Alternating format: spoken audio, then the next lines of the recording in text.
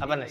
Stop kontaknya bed yang kiri kanan, yang satu on-nya ke bawah, yang satu on-nya ke atas. Kok ketawa? Gue di situ bingung loh. Ini rahasia kontraktor nih ya. Banyak orang bocor-bocoran tentang apa istilahnya, ngakalin itu di struktur. Oh, Ya, nyari celah, yes. nyari keuntungan lebih itu selalu di struktur karena kan nggak kelihatan pada akhirnya. Dan orang-orang kayak saya Ya. ada banyak jumlahnya, Yes. nggak ngerti itu, nggak ngeh. Ya. Oh, kalau di tembok ada retak rambut, itu gimana tuh Pak? Kenapa nggak ada yang ngasih tahu ngurus rumah ternyata seribet itu? Selama ini kan sampai usia sekarang, ya udah kita ngikut, ya tinggal di rumah orang tua, ya udah. Buka mata pas melek baru sadar tuh udah jadi semuanya. Pas ngejalanin sendiri. Tuhan tolong. Ini kemarin gue habis ngecek renovasi sendirian, gue kesana gak sama Alca biar nanti kalau Alca nanya-nanya gue jelasin kan gitu lah.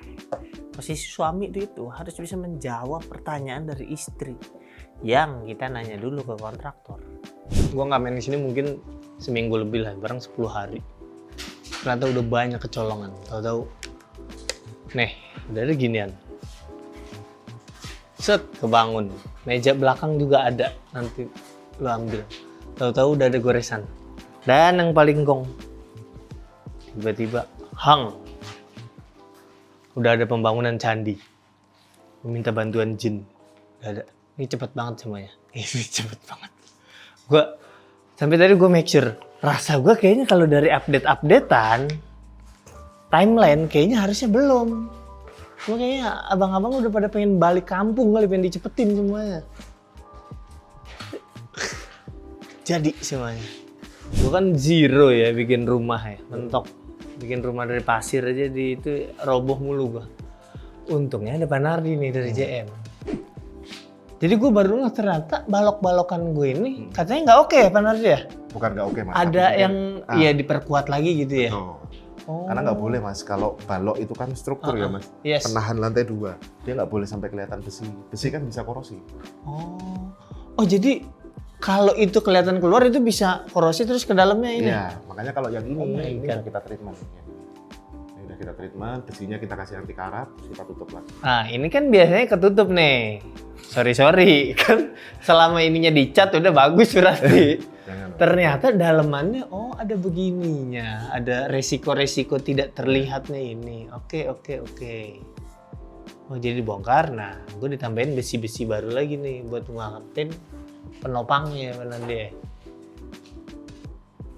Nah perpipaan ini what happened nih Pak Nardi nih? Iya, jadi rata-rata rumah lama Mas, itu Yes. Listriknya kan terburai ya.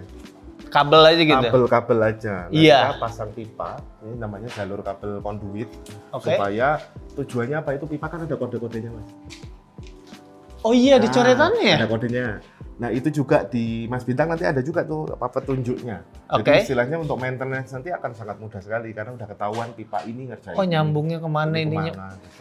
Semua rumah ini udah kita pipain semua, udah kita konduit semua. Coba saya izin tanya. Berarti umumnya di rumah-rumah yang Pak Nardi kerjain dari awal ini belum ada gini-ginian nih? Enggak. Maksudnya belum berbudaya di Indonesia?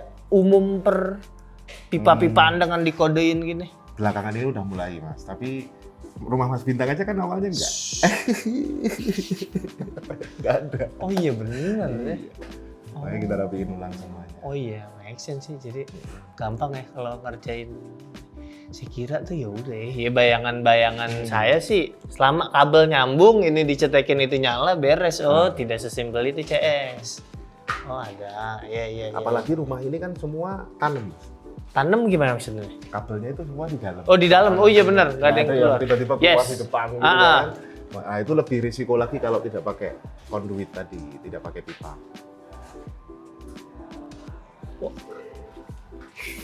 Selama ini gue tinggal di rumah orang tua, terus juga rumah orang tuanya Alda kan Pak Nardi juga ketemu ya. Ya udah emang orang ngerti rumah lah. Saya nggak ngerti apa-apaan masalah gini. Saya baru ngeh lagi ini kalau saya tinggal sendiri lalu nggak ada ginian lalu masalah listrik Nah, tewas. ini ke depan Mas Bintang gampang lah, Tewas. tinggal bawa itu lembar kerjanya itu, Yes. kasih ke tukang listrik, tunjukin aksesnya dari mana, beres. Nah kalau nggak beres berarti tukang listriknya Yang nggak beres, dia yang nggak beres. Karena udah jelas banget. Wah bener kan. saya nggak pernah ngurusin listrik di rumah nih. Oh wah Sering terlupakan tapi penting. Atas pun juga belok semua pipa. Nanti sistemnya itu seru juga mas. Pas ditarik kan dia bisa didorong karena ada pipanya. Ada alatnya untuk ngedorong si kabel naik ke atas gitu. Buat apa Pak? Kalau in case ya semua benda kan ada umurnya ya mas. Iya. Kalau umurnya habis kabelnya tiba-tiba kalau bahasa ininya getas gitu putus kan harus diganti. Nah cara kegantinya kalau ada pipanya kan gampang. Oh zero sih saya. Oh gue beneran kosong soal rumah, gue nggak ngerti apa-apaan tuh. Untungnya di kantor ini ada yang udah punya rumah duluan, Yohanes, editor kantor. Dia udah punya rumah dari 2 tahun lalu mungkin.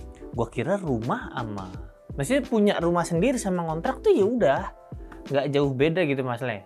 Ngontrak sama ngekos kan mirip-mirip aja gitu. Ternyata ngebangun rumah sendiri tuh beda banget, bahkan gue harus ngerti di mana aliran listrik dan lainnya. Dia nih di kantor yang paling pertama punya rumah kan nanti. Oke. Gue nanya dulu, lu pengalaman selama lu di rumah, masalah urusan rumah yang menurut lu paling ganggu apa Nes? Kelistrikan. Mengganggu apa ya? Kelistrikan. Yes, nggak ada sampai sejauh ini nggak ada. Selain bunyi. Itu sambil nyala dong Nes. Woi, ada ini. Lu jangan kabur. Apa Nes? Stop kontaknya bed yang kiri kanan, yang satu on-nya ke bawah, yang satu on. Tahu? Gue di situ bingung loh.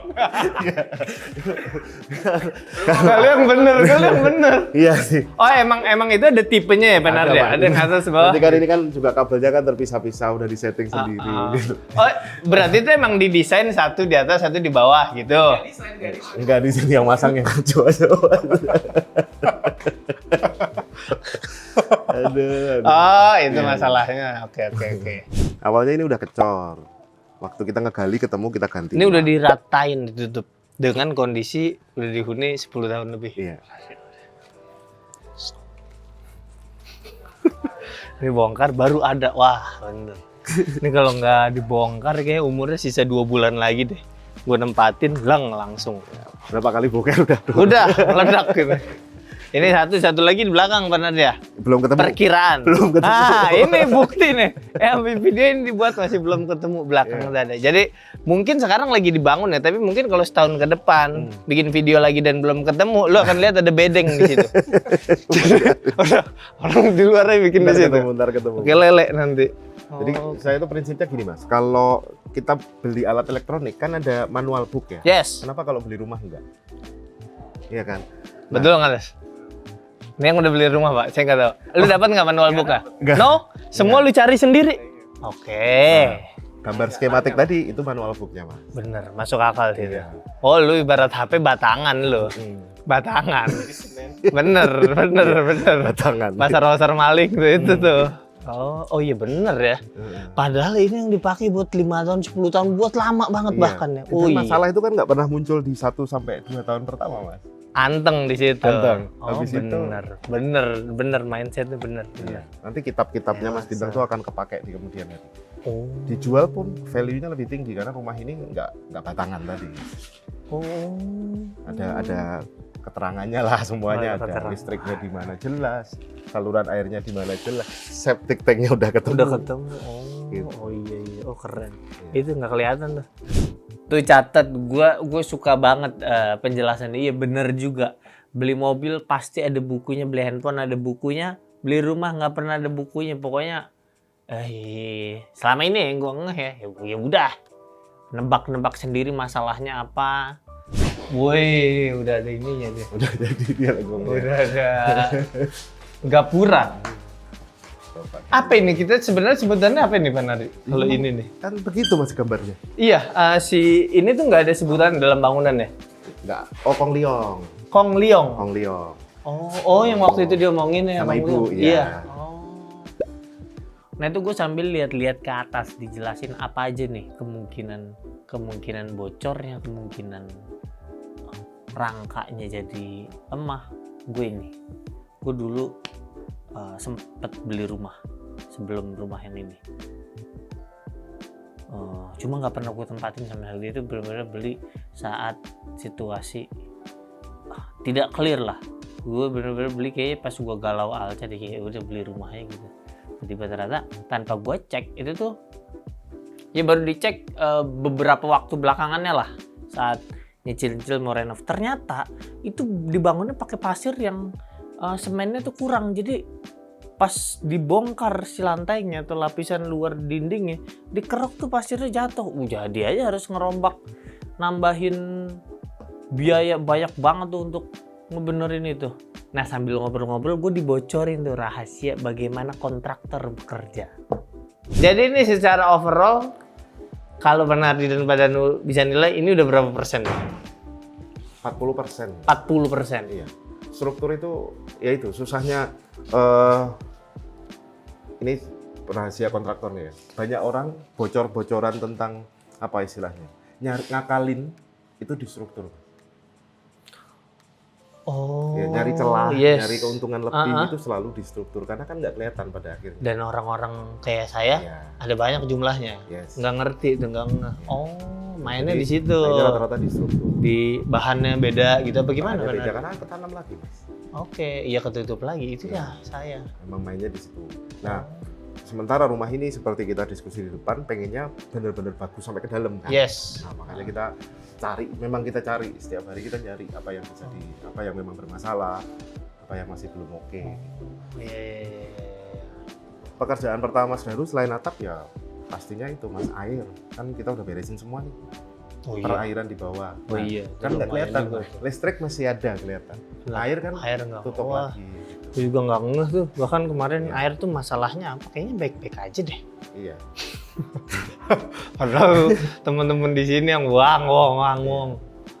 Hari keberapa? Hari kedua kami kerja kan Mas Bintang bilang, Mas itu yang di toiletnya banjir. Oh iya.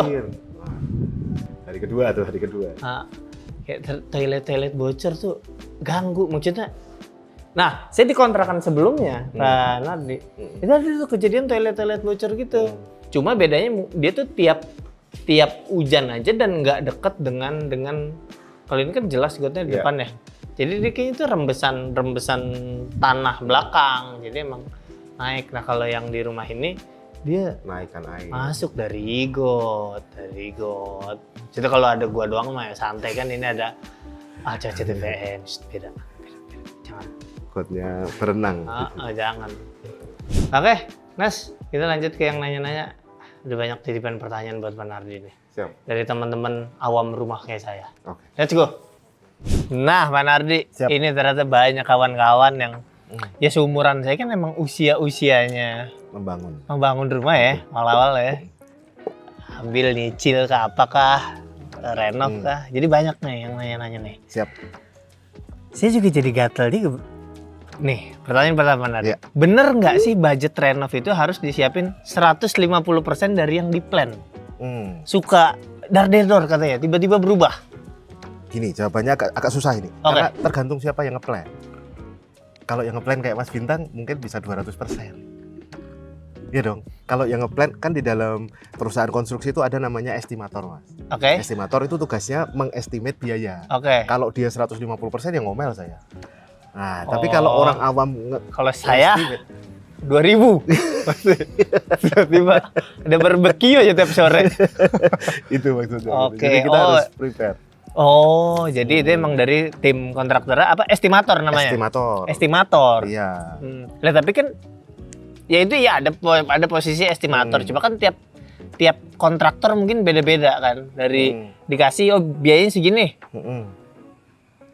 Itu kemungkinan lebihnya akan sesuai yang diperkirakan oleh itu atau umumnya realita itu bagaimana tuh? Umumnya ya kita ngomong seharusnya ya, idealnya kalau sudah keluar RAB itu nggak boleh, namanya kan cost overrun ya, atau biaya yang lebih dari yang sudah direncanakan. Itu 10 atau 20% aja harusnya udah banyak gitu. Udah maksimal itu tapi kalau kita memprepare sendiri, dalam arti awam memprepare sendiri, memang itu harus bisa dikasih spare lebih. 10 atau 20% amannya. Kalau di JN malah tidak ada cost overrun. Maksudnya? 0. Udah RAB segitu? kecuali hati-hati Pak Nardi. benar Ini direkam nih. benar kecuali minta nambah data. Iya, kalau itu kan iya jelas Iya, ada tapi tuh, ada tambahan. selama sesuai tidak multi years, nggak ganti tahun, Yes. harusnya masih aman. Kita udah publish juga kok Mas, no cost overrun.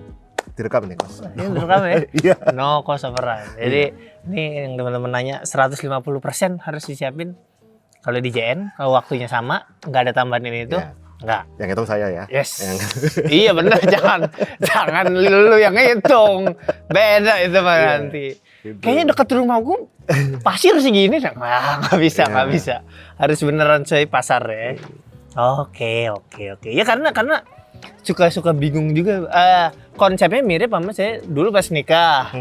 Nyiapin budget, katanya harus dilebihin berapa gitu untuk tiba-tiba ada biaya-biaya tak terduga gitu.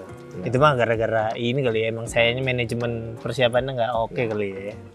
Ya tugasnya kontraktor kan memang memanage biaya itu ya Mas. Jadi Betul. ya kalau sampai ada lebih itu ya memang salah penghitungan. Ini nih, Ya. dia nggak semuanya pertanyaan Pak Nari, ada yang curhat. Mama saya habis ratusan juta untuk renov rumah, sama kontraktor dan tukang. Tetap aja gagal dan bocor sana sini. Itu saya dengar nggak cuma dari satu, Pak. Itu cukup umum lah case kayak gitu. Itu kenapa sih Pak sebenarnya tuh? Gini, memang renovasi ini nggak semua orang suka ya. Teman-teman kontraktor tuh banyak bahkan yang tidak membuka jasa renovasi. Dah, Bukannya kenapa? jasa bangun, karena difficulties-nya memang lebih susah renovasi Mas. Oh, Kita kan memperbaiki sesuatu yang memang sudah lama. Kondisinya udah lama, kita nggak tahu ininya. Kadang kan cuman dia ambil satu sisi perbaikin ini, cuman dia nggak ambil ada roots-nya. sisi lainnya Iya. yang rusak juga gitu. Oh. Makanya waktu kita diskusi dulu untuk Hah. atap gimana gini, udah mending ganti semua. Oke. Itu saya mengantisipasi biar Mas Bintang nggak komplain bocor-bocor gitu. Oh, jadi emang kesulitannya beda dibanding bangun Betul. ya, renov itu. Betul. Orang kan berpikirnya kebanyakan ya Mas, berpikirnya renovasi lebih murah dibanding. Jujur saya juga termasuk yang berpikir gitu. Tapi kalau renovasi yang punya ekspektasi, Yes. pasti lebih mahal. Oh, bahkan dari kontraktornya umumnya pun mending bangun baru ya. Iya dari tanah kan, ya tinggal kita tertip saja pasti naik lah. Yang Oke, lain-lain. oke. Nah, ada nggak tips atau kuncian nih buat teman-teman yang renov untuk menghindari dari rumahnya bocor? Dia harus apa nih? Gimana nih menghadapi kontraktornya? Oke. Jadi kalau kita ngomongin masalah bocor, ini memang tantangan yang hampir semua orang alami ya Mas. Yes. Itu memang paling aman dibuka dulu. Jadi kondisi atapnya itu kita memang harus buka dulu, Mas. Kita lihat dulu. Kalau mau nggak enggak, mau harus dilihat gitu. tes dulu pada waktu hujan. Oke. Kalau nggak mau dibuka semua, Iya. berarti kita harus tes pada saat hujan. Dan bocor ini agak unik Mas. Kan kita dari bawah lihat netesnya di sini ya. Oh benar. Bisa jadi bocornya itu di mana gitu. Benar, Nggak di titik itu gitu. Benar. Jadi makanya memang harus naik ke atas gitu. Jadi nggak bisa hanya netesnya dari sini. Berarti Ini bocornya di sini yang No, diganti. enggak ya? Nggak bisa gitu Mas. Karena pasti nanti dari mana ngalir kemana gitu. Belum lagi yang justru salurannya yang bocor Wah, repot. gitu. Repot. Nah, rata-rata kita sebagai kontraktor kalau survei yang renov, ada nggak kita waktu untuk manjat-manjat ke atas? Sulit. Nah iya gitu. Berarti emang paling simpelnya awal ya udah bongkar dulu. Iya. Lalu udah paling gampang ya udah nyari kontraktor yang emang bisa dipegang aja ya. Iya. Udah gitu udah. Kuncian. Bocor Jadi- ini memang ini Mas. Sulit. Masalahnya. Ya. Jadi solusinya panjang, nggak cuma nambah ember, enggak, bukan.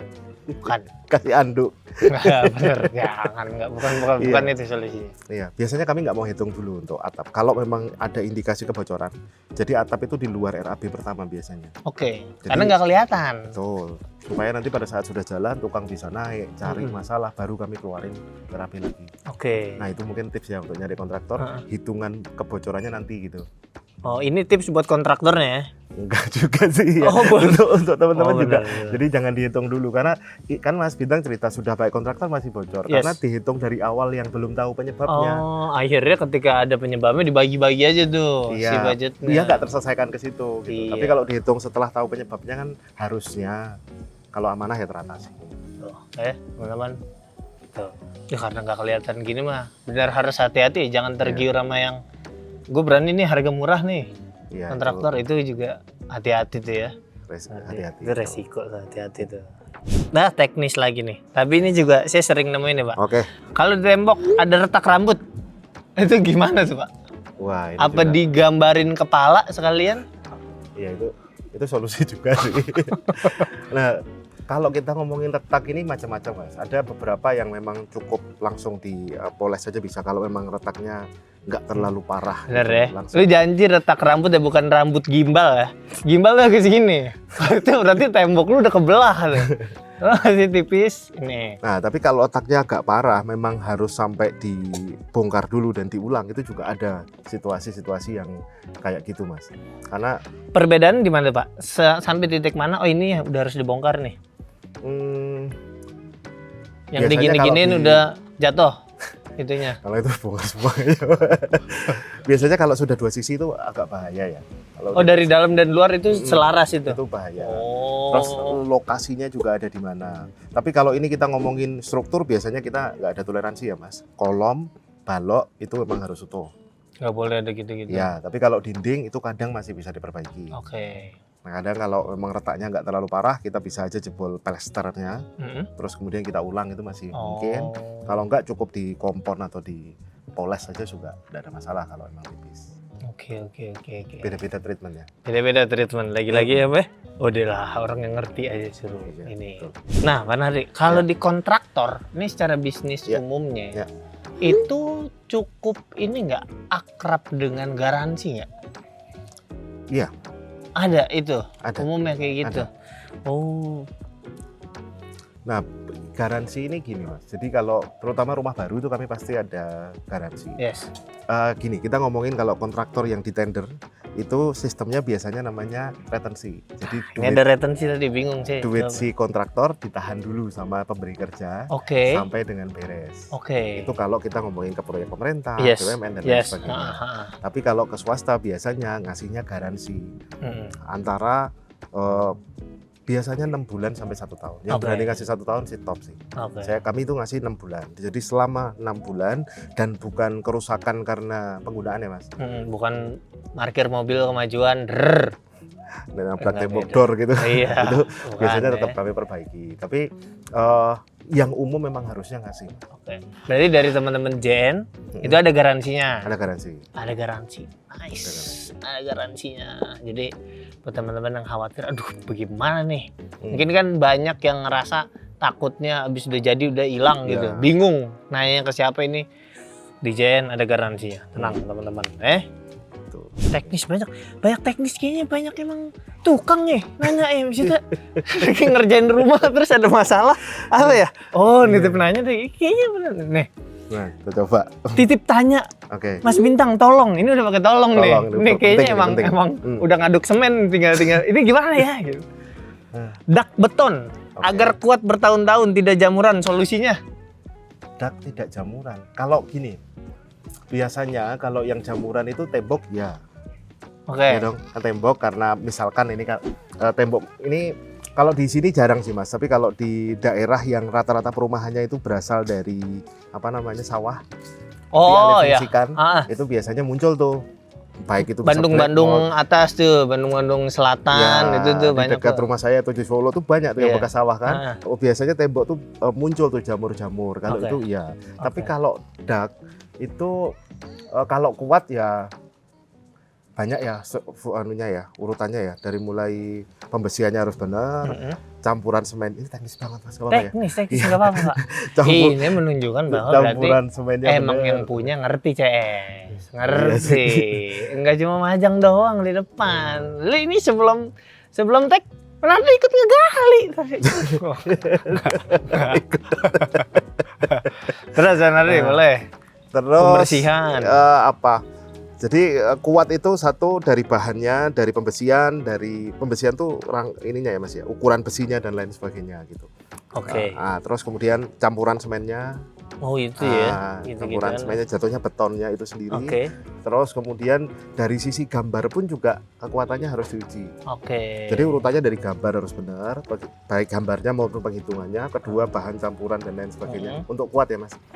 Kalau dua ini sudah ada, harusnya kuat. Aman. Iya. Harusnya aman. Ya, kemudian finishingnya. Kalau kita ngomongin dak yang untuk, makanya pertanyaan umum banget ya. Kalau untuk pelataran, apakah dia aciannya halusnya kayak apa gitu, kayak gitu-gitu. Finishing baru. Itu. Jadi teman-teman kalau mau nanya-nanya lagi buat rumah-rumahan langsung aja cek ke Instagram Pak Nardi, ada nanti sendiri, nanti juga JN juga ditampilin di sini. Siap. Langsung nanya sana. Kalau saya takutnya kalau lagi males ya jawab sendiri. Jangan, jangan. Iya. Dinding samping, Pak, lembab. Oke. Karena nggak ada bangunan samping yang nutupin, cara ngatasinnya gimana sih, Pak? Waterproof, Mas. Di waterproof, itu aja ya? Waterproof dari luar. Tapi kadang ini makanya hal-hal yang dikonstruksi itu kadang jawabannya nggak cuma satu, Mas. Oke. Saya bukan pengen ngomong panjang lebar, Yes, sebenarnya pengennya juga simpel Ya, ini gitu. ininya aslinya aja Iya, ya. Ini kan aslinya. Kalau urusannya hujan yang dari luar, Ah. waterproof seharusnya beres. Karena dia nolak air Oke. jadinya nahan. Tapi kalau kita masalahnya air dari bawah Wah, yang oh bekas iya. sawah, berarti harus ada treatment di bagian Bawah struktur itu. slough-nya bawah. Oke. Tapi kalau bocornya dari atas, kan biasa ini tembok nih, Mas. Yes. Bagian atas ini kan nggak di plester. Oke, oh Kalau nyerap dari situ. talang atas atau dari sini, berarti beda lagi. Talangnya harus dimajuin ke sini. Benar. Banyak treatment. Jadi satu hal masalah itu Kejadian tuh ininya bisa banyak ya penyebabnya. wah, Benar, memang benar, mesti benar, benar. dilihat dan detail lagi. Betul. Ah, ini yang Gitu. tadi nih, ini yang Oke. terakhir deh. Oke, tadi nih. siap. Ini teman saya yang nanya nih. Siap. Kalau black mold itu beneran bisa hilang atau enggak nih, Pak? Apa bakalan kumat-kumat? Lalu kalau bisa hilang, treatmentnya tuh kayak gimana dia? Apakah pricey?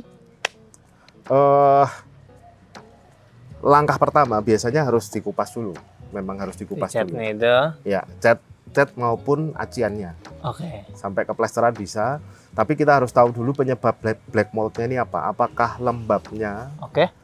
Jadi biasanya kalau orang langsung kasih obat gitu, anti jamur gitu. Cuman kalau ruangannya masih lembab ya Sama aja, balik sama lagi. aja. Berarti kita harus cek dulu apakah ruangannya cukup terbuka, angin masuk dengan baik atau enggak. Jadi bisa dari luar, bisa dari dalam Iya. dindingnya. Iya. Cara paling gampang ya obatin aja lah gitu. Tapi kalau tadi kan timbul lagi ya, Iya. kalau timbul lagi ya udaranya harus bagus. Oke. Sirkulasi mungkin ada cahaya di tadinya ruangan tertutup total, kasih bukaan supaya ada cahaya.